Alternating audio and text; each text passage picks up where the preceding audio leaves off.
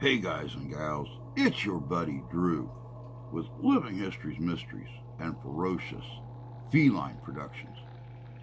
You know, just in my lifetime, the last 56 years, there have been a lot of serial killers that have popped up in the news, documentaries throughout history. John Wayne Gacy, Ted Bundy, Jeffrey Dahmer. But what about those few that they just weren't sure about and they never made the list? Now, you guys know I was born in East Central Tennessee, but I grew up in Central Indiana. Doing my research, looking into history, I ran across a serial killer I'd never heard of, and his path crossed right through the middle of Indiana. Check this out. This is good.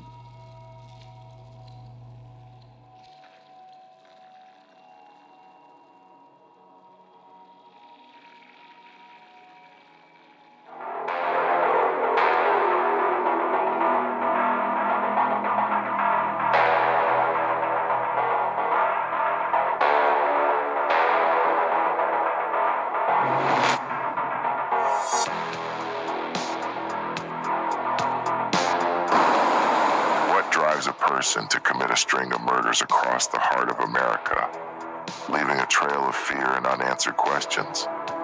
What secrets lie buried beneath the asphalt of Interstate 70, where lives were abruptly extinguished?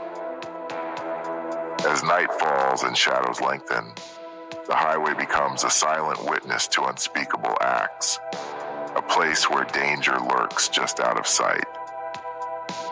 But what if the truth is even more chilling than we imagine?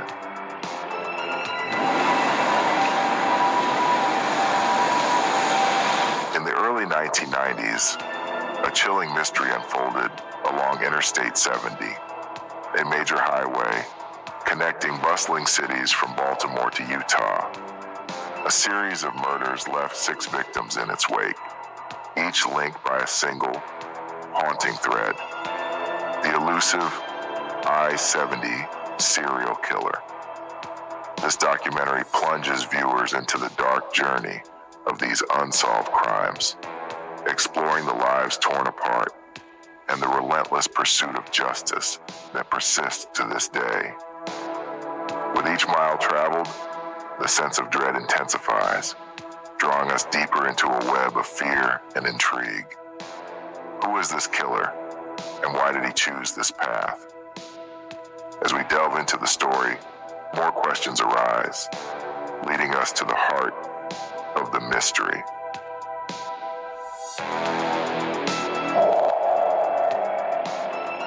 Interstate 70 stretches over 2,000 miles, cutting through diverse landscapes, from the urban skyline of St. Louis to the flat plains of Kansas.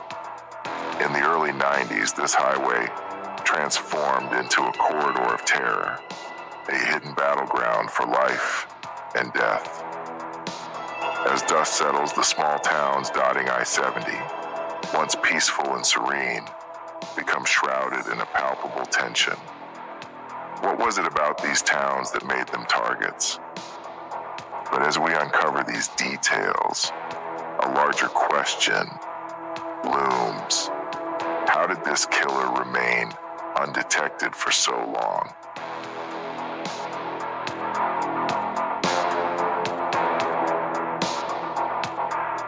The I-70 serial killer remains an enigma.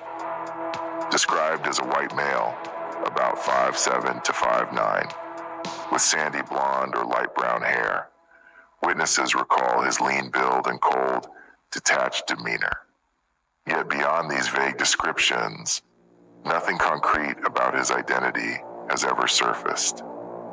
His presence was like a shadow, slipping in and out of the light, leaving only fear in his wake. What drove this man to such acts of violence? And what secrets might he be hiding? As we explore the backgrounds of the victims, we begin to see patterns that hint at deeper connections.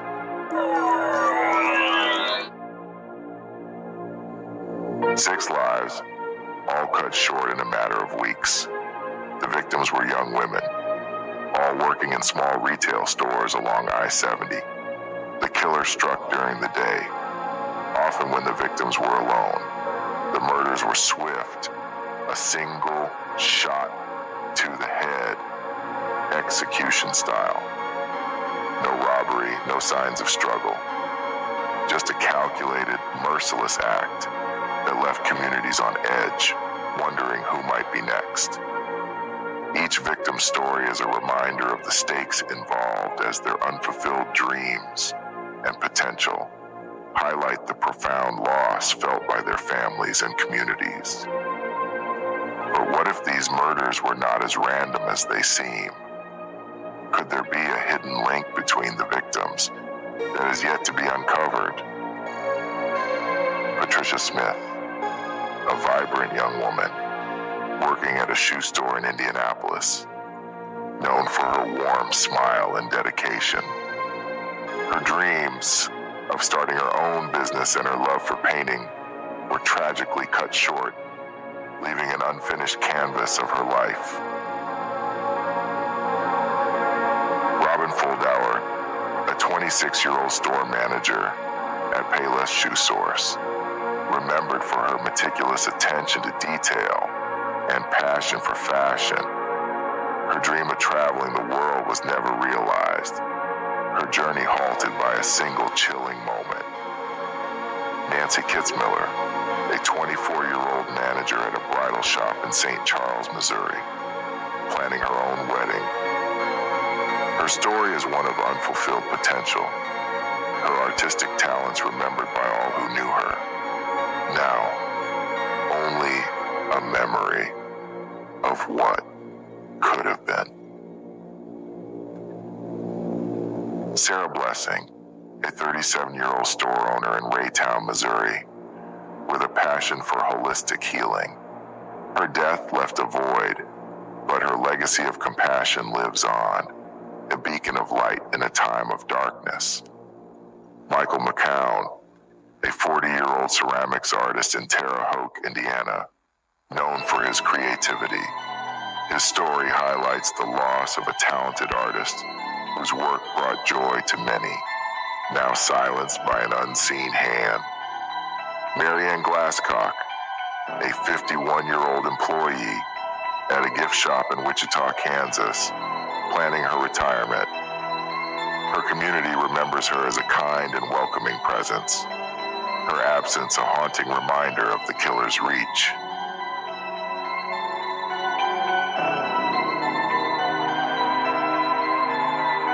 The investigation into the I-70 killings was intense and sprawling. Police departments across 3 states collaborated, piecing together clues from different crime scenes. Yet, the killer was meticulous, leaving behind little evidence. The same gun, a .22 caliber pistol, was used in all the murders, but it provided no leads. The case went cold, and the trail ran dry, leaving investigators in a race against time, haunted by the specter of an uncatchable predator. What critical piece of evidence might still be out there, waiting to be discovered? As we delve into the investigation, new questions arise about the methods and motives of the killer.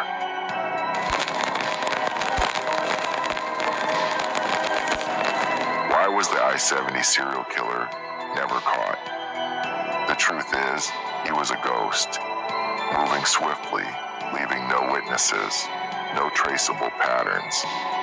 His victims were random, chosen by circumstance, which made it nearly impossible for law enforcement to predict his next move. And then, as quickly as he appeared, he vanished. Did he die? Was he imprisoned for another crime? Or did he simply stop? The questions linger. casting a long shadow over the heartland. Could there be someone out there who knows the truth, waiting to come forward? Over the years, several theories have emerged. Some believe the killer was a transient, moving from town to town, never staying long enough to be noticed. Others think he may have been a truck driver, using I-70 as his personal hunting ground. A few suspects were investigated, but none could be conclusively linked to the crimes. What if the answer lies in a theory that is yet to be fully explored? As we investigate these possibilities, the stakes continue to rise. Today, the I-70 serial killer case remains unsolved, one of the most haunting cold cases in American history. Advances in forensic technology have reignited hope that one day we might finally unmask this elusive killer. Interviews with current investigators will shed light on the hope that one day the I-70 serial killer will be brought to justice. Until then, the case remains open, a chilling reminder of the darkness that once traveled the highways. Could the next breakthrough be just around the corner, waiting to unravel the mystery? Will we ever know the true identity of the I-70 serial killer, or will he remain a ghost, haunting the highways forever? The stakes are high, and the answers remain elusive. What secrets might still be uncovered in the shadows?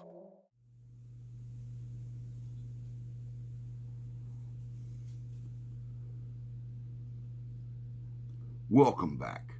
You know, it's like I was saying in the beginning, there's been a lot of famous serial killers. But for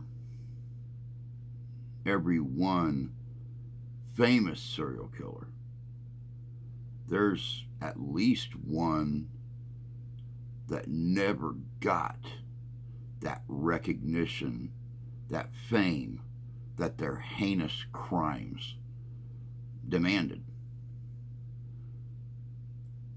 To this day, the I-70 serial killer, his identity remains a mystery.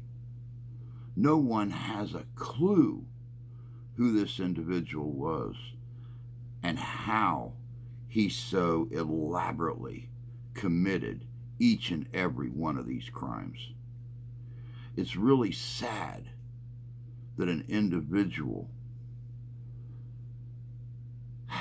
drops to that level to feel their own personal satisfaction in taking another person or several persons' lives. Is it genetic? Is it emotional? Is it mental? What causes a person to feel their own self-satisfaction in destroying not only another individual, but the lives of everyone who loves them? Until scientists, psychologists, psychiatrists come up with an answer to that question, what causes a person to become this beast will remain one of those mysteries that history left behind. Until next time, take care of yourselves, take care of each other. Definitely take care of each other. God bless you, God love you, we do. And we'll see you out there.